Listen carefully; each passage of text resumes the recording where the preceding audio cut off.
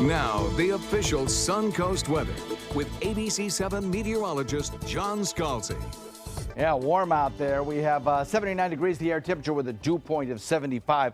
Plenty of moisture available to produce showers around the area. And Morgan Lee and Bradenton yesterday got a pretty decent rainfall, half-inch rainfall as those showers move through. East-southeast wind coming in at about 3.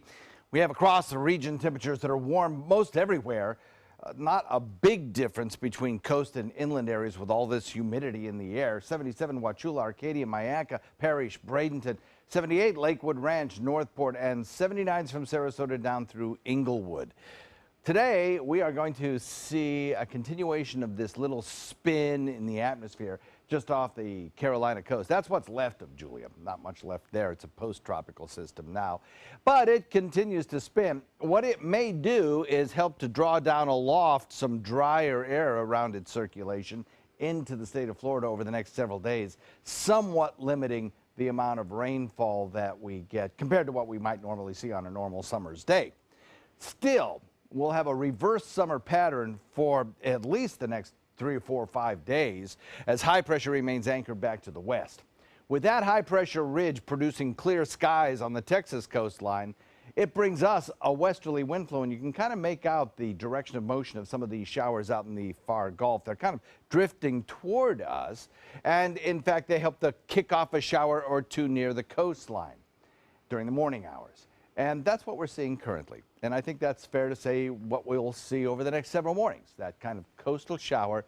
And then in the afternoon, when things start to heat up and we get our sea breezes, that westerly wind will help to reinforce that sea breeze, pushing everything well inland east of the interstate, and the coast stays dry.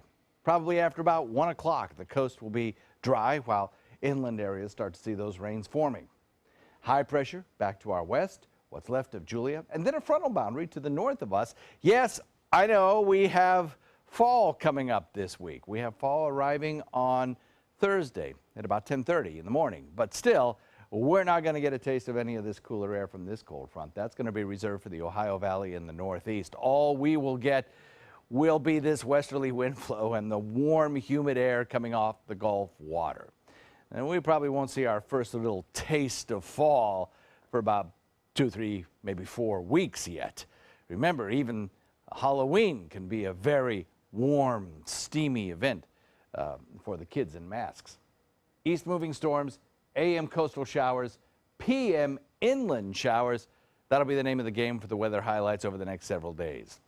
There's what's left of Julia. Can't really make anything out there. We still have Carl in the center of the Atlantic, and Carl's motion remains unchanged. 40-mile-an-hour winds forecast to take a hard right-hand turn as we head into the weekend and then kind of steer back out into the open waters of the Atlantic.